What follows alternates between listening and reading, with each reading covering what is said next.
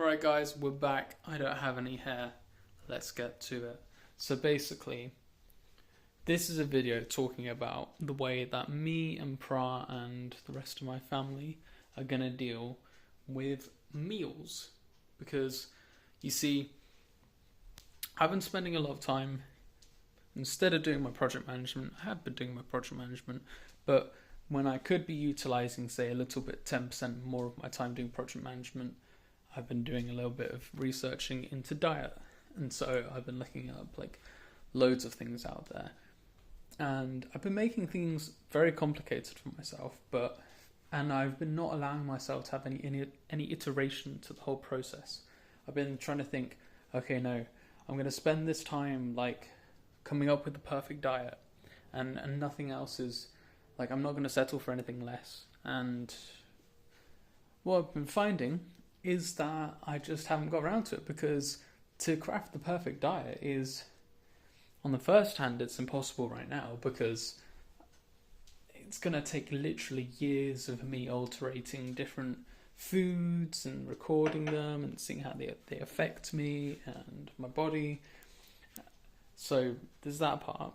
But also, even if I was to go, okay, no, we're going to say that this is my first iteration, but we're still going to try and make it as perfect as possible for a first iteration, it's going to take months. And I don't have months. Well, I do, but I don't have months to spend on this right now. So we're writing this out because this is better than nothing. This is the reason why I'm coming up with this plan is because I need something to be there, because me and Pra find that we do the work we need to get done, and we're only focusing on one activity. We're trying to do, trying to keep in seasons. So as I've spoken before, this season/phase is just the first phase, where I'm just focusing on getting my driver's license and getting, my project management stuff done. But And so you necessarily have to let everything else drop away. So for instance, I haven't been doing any exercise. I haven't been to the gym in probably over a month. I go out and do pull-ups on the pull-up bar, but I don't even do that every day. Likewise, I haven't really been keeping up with any of my hobbies or creative endeavours, and that kind of depressed me. But I kind of forgot that this stage isn't about doing those creative endeavours. So that was my own doing. But yeah, essentially,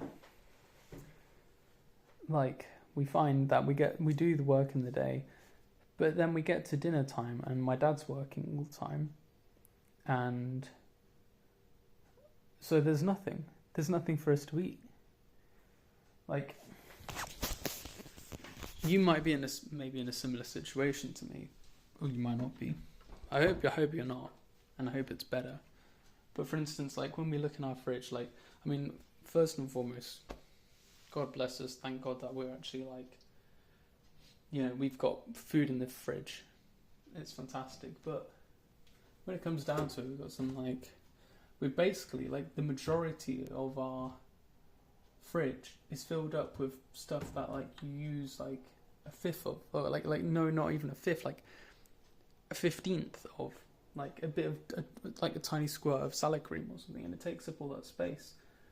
Likewise, we've got jam in there that hasn't been used in over probably 2 years, no joke, just because no one uses it. And so it's kind of filled with so much stuff, and then that's for my sister to have all that. So it's it's full of loads of stuff, but it's that we don't have any idea about how to use it, and plus half of it is condiments, which are just meant to be little added things to the main body. But we have no main body here. We've just got spices and stuff to go with the main body. So even though this moment in our time is meant to be about focusing on getting our work done and stuff, we can't actually really get our work done unless we have a diet there to get it done. I mean, it feels like a paradox, doesn't it? we need to work hard so then we have a good job, or we're in a good place so then we can then put in effort into our diets and stuff. But then we also need a good diet to actually fuel that. So that's the paradox of self-help, that if you spend any time focusing on anything, you are going to have to neglect something. But if you're neglecting something, then that thing does rely on the other thing. So for a while you are just prodding and poking and trying to get out of the bad place, but everything else is trying to reinforce you to stay in that bad place.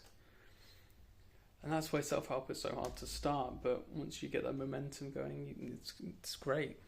So the reason why I'm doing this now is because this will take maybe 2 hours, but these 2 hours will then save us time in the future. And this isn't perfect, but it's better than nothing. It's like at the moment we're on a bike with one wheel. Now the bike that we want isn't this bike. The one wheel we've got is the phase we're in currently, like doing it's doing the work that needs to get done, but like my project management stuff. But we do need a second wheel. We could try and wheelie everywhere, and ultimately we are going to be spending some time getting a wheel that needs to be replaced at some point anyway, i.e. the second wheel is the diet that we're coming up with. And we need, we could wheelie everywhere, but that would just be hard and dangerous and would take a lot of time and energy to get used to doing that. Or we could just get this second wheel, which is falling apart, and it's gonna it's gonna be terrible. And if we had infinite time and energy, we should just go out and get the best wheel that we can for this shabby bike. But the whole point is that all the components of the bike are all the components in our life. It's our health, it's our fitness, it's our social ability, it's our creative energies, and the hobbies and ways that we put the things that we put our creativity into. And those are all the different components of the bike, and they're all going to be replaced at some point, including this diet. But we need something there to keep us going, and so we've had to interrupt this phase that's meant to be purely just for working, because we've actually needed to interrupt it and give ourselves some fuel that's actually going to be good. So what we're trying to do is start where we're at, which is how you have to do with everything. So what I've done now is I've been writing along on all of these, and I've been writing all of the types of meals that we typically do have. So we have a Sunday roast every Sunday. We often have, well, not often, but we've often had, we've sometimes had roasted vegetables where we just put a bunch of vegetables raw into a big tin, put a bunch of oil on it, olive oil, and then put it in the oven and then let it roast away and then eat that, and it's good. We've got a sandwich. We often eat a sandwich. We have chips, peas, and ham/gammon. The point of this isn't that this is the best diet in the world. The point is that I've been able to write out what we actually do eat and start at that baseline. So then we can actually see and record what we eat, and then we can automate this. Now, this doesn't mean that all these things are things that we would want to eat for the future, and a whole phase in the future is going to be around eating the right stuff. But we need to lay the groundwork, because literally we get to the end of every single day and we're there's no food to eat, and then either we then have to cook up something crappy while we're both starving and both getting at each other's necks because of it, or we order something on Deliveroo and it's shit for our bodies, and it costs probably 5 times the amount, maybe even 10 times the amount than it would have cost if we'd have just got some stuff together. So this is the process that we're going through right now. This is the first iteration. We're not looking at how good its calories are. We're not looking at how effective it is. We're not even looking at about like if it's harmful for our bodies. But we will just, step one is just record what you're already doing down. And so that's exactly what we're doing. We've got spaghetti bolognese written down, got like a sandwich thing that we called like a, essentially basically avocado on toast, but just with some other stuff. Omelette, dal, rice and yogurt, stir fry.